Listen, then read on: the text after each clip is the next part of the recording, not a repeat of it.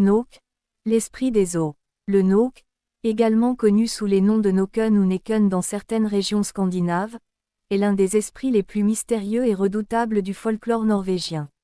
Créature insaisissable, le Nauk est intimement lié aux rivières, aux lacs et aux étendues d'eau douce des paysages nordiques. Il incarne les dangers cachés sous les surfaces calmes des eaux, et son histoire est peuplée de légendes où il apparaît à la fois comme un maître de la séduction et un être vengeur, toujours à l'affût des imprudents qui s'aventurent trop près des berges. Le Nauk est une figure à la fois fascinante et terrifiante, un esprit aquatique qui a nourri l'imaginaire populaire en Norvège pendant des siècles.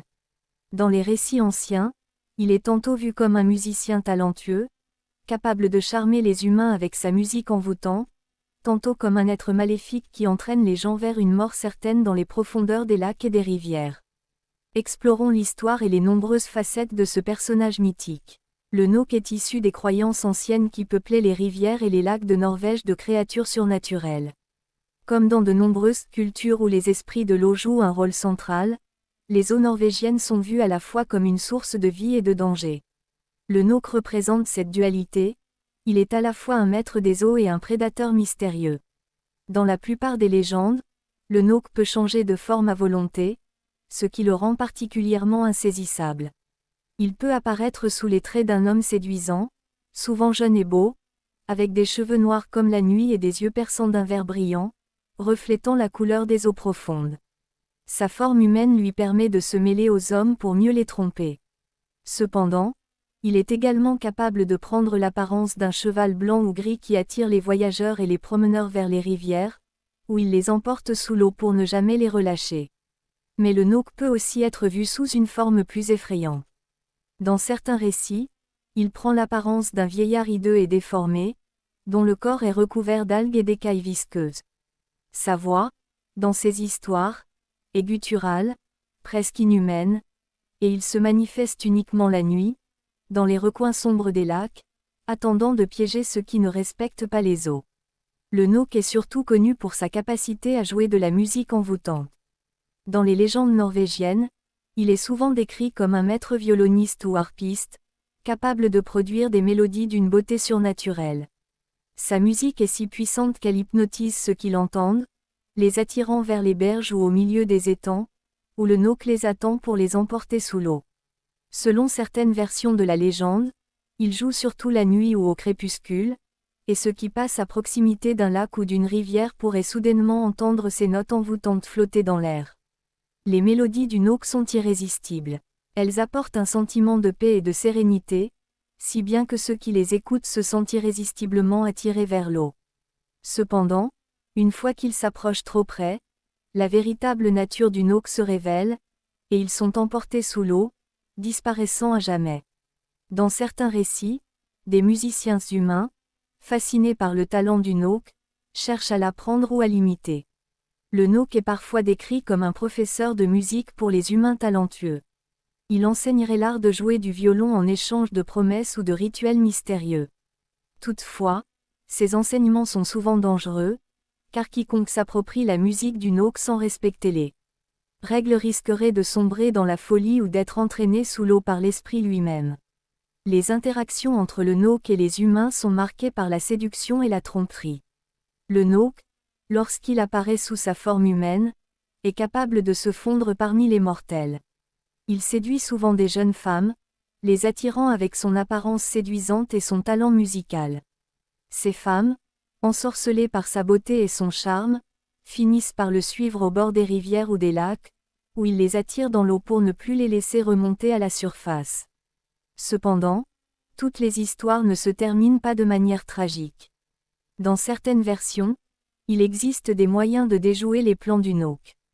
Par exemple, si quelqu'un connaît son vrai nom et le prononce à haute voix, il peut annuler ses pouvoirs et échapper à son emprise. Ce détail est récurrent dans de nombreuses histoires de créatures mythiques en Scandinavie, où connaître le véritable nom d'un esprit ou d'une créature surnaturelle confère un pouvoir sur elle. Il existe aussi des récits où les humains ont réussi à tromper le Nauk.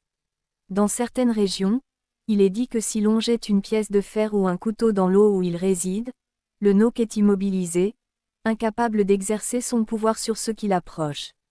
D'autres croient qu'en sacrifiant un petit animal au Nauk, on peut calmer sa colère et garantir une traversée sur des eaux filantes.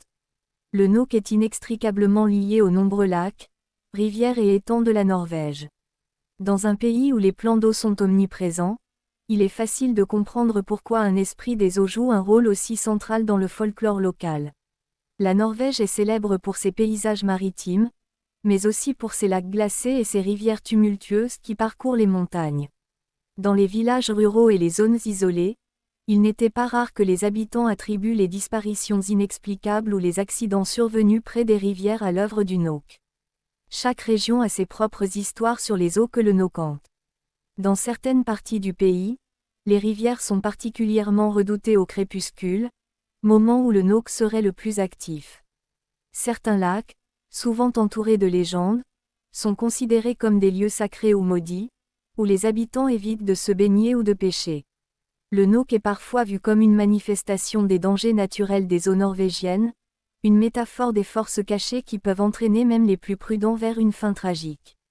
Le Nauk est souvent comparé à d'autres créatures aquatiques du folklore scandinave, comme la Huldra, un esprit de la forêt qui peut également prendre une forme humaine pour séduire les hommes. Cependant, tandis que la Huldra est généralement associée aux forêts et aux montagnes, le Nauk est exclusivement lié à l'eau. Dans certaines légendes, le Nauk et la Huldra peuvent même collaborer pour piéger les voyageurs imprudents. Le Nauk partage également des similitudes avec le mythe plus large des sirènes, mais avec des particularités propres à la culture scandinave. Contrairement aux sirènes des autres mythologies, le Nauk ne vit pas dans la mer mais dans les eaux douces, et il a une plus grande capacité à changer de forme. Cette adaptabilité le rend d'autant plus redoutable, car il peut apparaître sous une variété de formes trompeuses, augmentant ainsi la difficulté pour les humains de le reconnaître. Malgré les changements de la société moderne, le Nauk continue de captiver l'imagination norvégienne. Des écrivains, des artistes, et des compositeurs ont été inspirés par cette figure mythique. Le compositeur norvégien Edvard Grieg, par exemple, a composé une pièce célèbre intitulée Nauken, qui capture la beauté et le mystère de cette créature. La figure du Nauk, avec ses liens étroits à la nature sauvage et aux éléments, reste un symbole puissant des forces naturelles que l'humanité ne peut pas toujours contrôler. Les histoires du Nauk ont également été transmises à travers des livres pour enfants, des illustrations et des films, où il est souvent dépeint comme une créature à la fois redoutable et fascinante. Bien qu'il soit moins craint de nos jours que par le passé, il reste une figure importante du folklore norvégien, représentant le mystère éternel des eaux et des dangers qu'elles peuvent dissimuler. Le Nauk, l'esprit des eaux, incarne les forces mystérieuses et dangereuses des rivières et des lacs norvégiens. À la fois séducteur et trompeur, il est une figure complexe qui symbolise la beauté fascinante et le pouvoir destructeur des eaux naturelles. Que ce soit par sa musique envoûtante ou sa capacité à changer de forme, le Nauk demeure l'une des figures les plus emblématiques du folklore scandinave, rappelant à chacun de respecter la puissance des éléments naturels. Au fil des siècles, les récits du Nauk ont perduré, enracinant ce personnage mythique dans l'imaginaire collectif des Norvégiens et contribuant à enrichir un patrimoine culturel déjà dense et mystérieux.